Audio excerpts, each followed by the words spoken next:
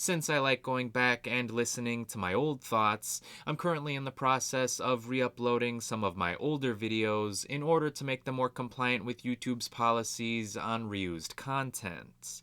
But since I didn't want to do a lot of editing, here is the audio from my original review for this movie. F9 is absolutely ridiculous. That used to be a compliment for this particular franchise, but at this point, the series has jumped the proverbial shark. Dom Toretto is now living a quiet life with Letty and his son, but they both know that danger always lurks just over the peaceful horizon. This time, that threat forces Dom to confront the sins of his past because it happens to be Dom's own brother, Jacob Toretto. Now, that story synopsis doesn't sound so bad. A long-lost brother is the type of thing that you would expect to see from a soap opera, and the Fast saga can definitely be a little soapy at times. But the problem is all of the ridiculous set pieces that our characters go through in order to move that narrative forward.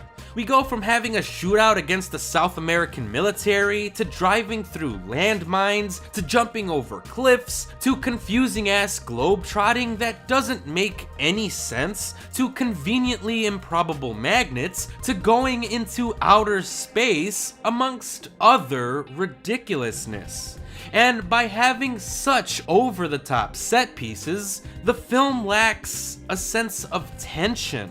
All of the action sequences could be suspenseful, but the tension is lost when the audience knows that none of the characters are in real danger. Shit, the characters themselves even discuss how they've been through so much without ever even getting a scratch. So it's kind of hard to feel the stakes when the characters know that they're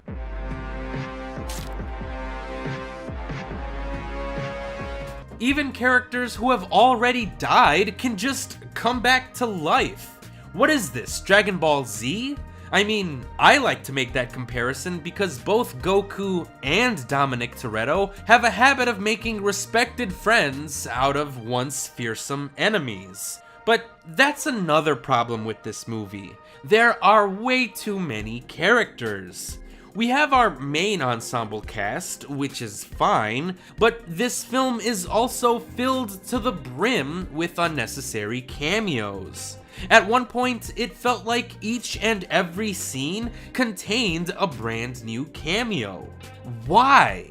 Fan service, I suppose, but all of the cameos detract from the story being told. And if you were to cut most of the surprise appearances out of the film, the story would flow much better, because this is a long-ass movie. Spending so much time jumping around from one ludicrous set piece to another just made for a mind-numbing experience. The action scenes are all very well shot since series veteran Justin Lin knows how to direct a good action sequence, but with one exhausting set piece after another, the entire movie just felt like loud, bombastic noise. I don't mind action sequences that are untethered from reality, but with how many are actually in this movie, even I felt exhausted. Surprisingly, my favorite parts of the film happen to be the quiet and smaller moments. See, the film has a framing device with certain scenes being set in the past, before the events of the first Fast and Furious movie, and I thought these scenes were quite engaging. I know they're a little melodramatic. No one else watches the Fast and the Furious for the plot after all, but I thought these dramatic moments worked. But combined with the utterly insane action sequences set in the modern day, these two plot lines became overly complicated for absolutely no reason. There are flashbacks within flashbacks, loads of exposition dumps, huge leaps in logic, and all of this created one muddled mess of a movie. So even though I'm sure the logical next step that the producers of this franchise would want to go in is bigger and better, I would really love to see F10 scale it back a bit.